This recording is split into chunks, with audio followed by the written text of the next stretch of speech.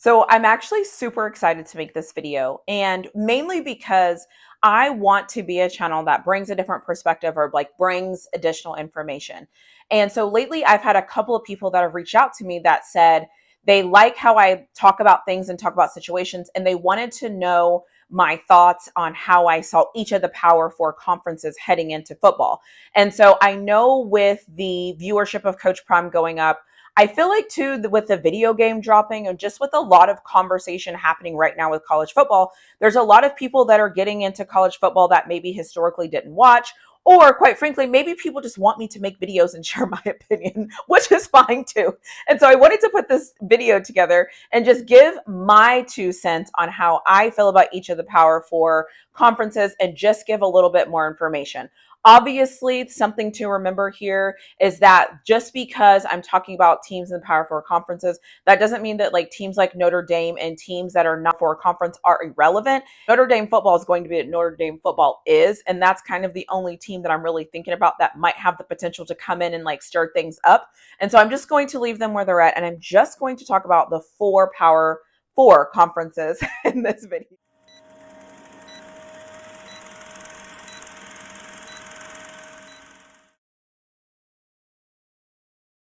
So as I get started, I'll go ahead and start with the ACC. And so the thing about the ACC is the growing up, I always looked forward to watching ACC football. I don't know why. I don't know if it's because I had a fascination with Florida, but I just thought watching ACC play football was interesting. And so for me, some things that I'm looking out for them this year, you have your power teams. You obviously have your Miami, who's supposed to be good this year. You have Florida State, who's supposed to be good this year. Well, I don't know if they're supposed to be good this year, but you know what I'm saying. You have Florida State. And then you have Clemson historically. But the truth is Clemson's kind of been on this weird thing. And then Miami's kind of not been, the greatest. Florida State has held up their end of the bargain. But when I look at Florida, when I look at the ACC, I'm just a little concerned about their scheduling and the teams that they're playing and if they will be able to garner the respect from the committee. And so I think if you see more than one ACC team in the college playoffs, it will have to be because those ACC teams dominated. And when I say dominated, I mean like somebody had a dominant defense, or somebody was just scoring astronomical type points, or something happened this year that we're not thinking about is going to happen. And so that will lead to there being more than one team from the ACC in the playoffs.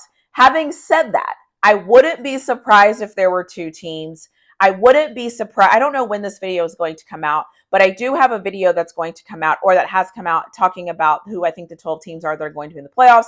And so I'm not sitting here saying I think there will only be one team that makes it to the playoffs from the ACC. But depending on how they play football, I wouldn't be surprised, because I think that their conference looks a little weak to me. Again, my personal opinion and how I'm assessing these conferences. Then I think you have to go to the Big 12. Texas played in the Big 12, hook 'em. So for me, when I look at the Big 12, I see teams that Texas faced. And one thing I know about the Big 12 is they are just a pillar of consistency. No one's going to be dominant usually. Obviously, Oklahoma had their times where they were dominant. But historically, there's going to be a new champion. All the teams are going to play hard. There's going to be consistent football. It's going to be balanced football. Lately, the Big 12 has really transitioned to being a running conference. And with a running conference, that means, better clock management. And that means that the games move a little bit more slow and a little bit more methodical. But the funny thing about the Big 12 is usually when a team runs the ball a lot, they don't usually score a lot. But if you look at the Big 12 historically, it's been a high scoring division or a high scoring conference. And so I think the Big 12 has an interesting conundrum this year. And I'm very interested to see how the Big 12 plays out. The other thing that really is interesting about the Big 12 is teams that can come back and win. Historically, for some weird reason, every team has the potential to come back and win a game in the Big 12. It's almost like no lead is safe. I think last year there was at least 4 or 5 games that I can think of off the top of my head where teams came back and actually got in the game or ended up winning the game in the Big 12. So that is something that worries me. Obviously, by now you all know I'm a Colorado fan. And I know I often hear people say, well, if Colorado can get ahead, they can pull their starters. They can pull their starters. But the truth is, in the Big 12, there's usually not a lot of pulling starters going on because every team has the potential or the ability to really come back. And so as long as you have that potential to come back, it's concerning to me. Just like I said in the ACC, I do have concerns about them cannibalizing each other. I think that the competition level, it's really hard to grade competition on competition when teams don't play each other. But one of the things that concerns me with the Big 12, similar that concerns me with the ACC, is do they have the respect of the committee and do they have the respect of people making the decisions? I don't know the answer to that question, but historically, the answer to that question has been no. So that is really something that concerns me as far as the Big 12 goes. Division I'll talk about is the Big 10. And so obviously, the Big 10, adding Oregon, adding Washington, adding USC, adding UCLA. That division is an interesting division for me because there's so many new teams and so many different things happening. I think an underrated thing that we aren't talking about, I've seen it a couple of times that's not really getting talked about, is how much these teams are going to have to travel. Traveling from the West Coast to the East Coast is hard. I've done it plenty of times and it's hard. Sitting on a plane and then getting up to go play a game and then drive and then flying back home and then going back to practice and the next day getting ready to play somebody else. And then as soon as you get rested and you're ready to go, then you have to fly back across the country. I think the traveling is going to play a role this year in Big 10 football. Yes, I know everybody wants to go with Oregon. Yes, I know, I got it.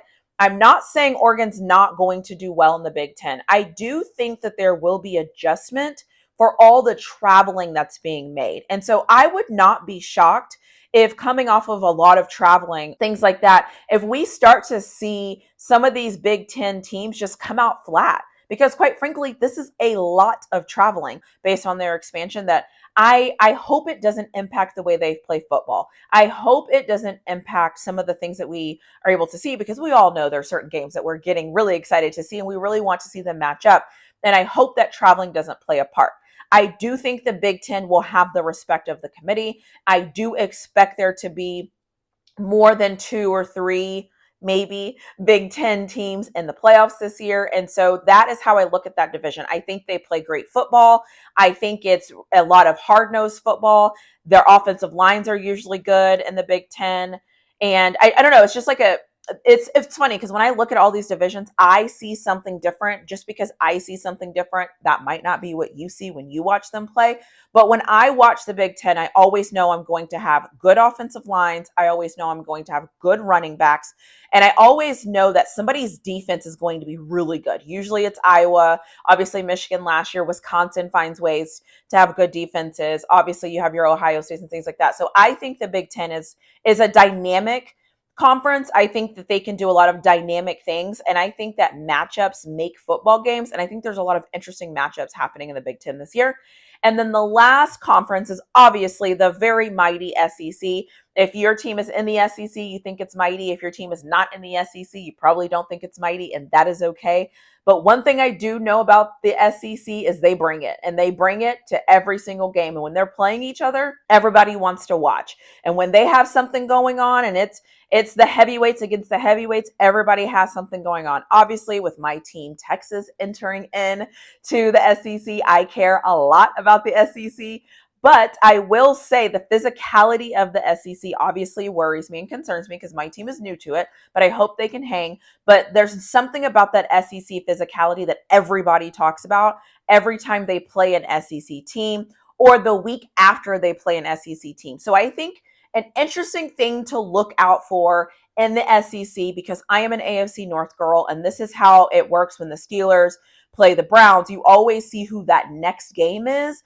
And historically, you think it's probably going to be a low-scoring game from your team because they just got beat up playing against a tough division the game before. I think that will remain true for the SEC. So I think a lot of the games are going to be interesting this year because I think some of these teams have to play some tough games. And then, like, the next week, they have to play a team that might not be very good, but might be able to show up and beat a team if the team doesn't come in prepared. And so I think that's how the physicality shows up. I think that sometimes when people look at football, I was kind of off balance. Anyways, I think a lot of times when people look at football, they only look at the game ahead. Then they only focus on who they're playing this week and then who they're playing next week and then who they're playing next week. And that's how they look at schedules. When I look at schedules, I try to figure out who they're playing in that week and then who they're going to play the next week. Who's going to get a bye week? How much did you have to travel? How much rest time are you getting in between games? And so for me, when I look at schedules, when I look at football, when I'm looking at all these divisions, I'm looking at it from all of those angles. And that's how I look at football. I know I've said many of times, and I'll continue to say, I am not an X's and O's girl. There are things that I know about X's and O's that I will never really talk about in a way because I don't feel like I know enough to talk about it, but I can know what I see and I can know some factors about football that we don't often think about, but that impact teams and that impact players. And I just want to say this, that is why there's certain things on Colorado's schedule that worries me, is because I feel like they're doing this thing where it's like, they're home, they're away, they're home, they're away, they're home, they're away. That's not very good for finding some consistency. And so when I'm looking at all four of these conferences and when I make my thoughts on who I think is going to win and things like that, I'm doing this on a lot of other factors that aren't just who's the better team, who's the better this, who's the better that.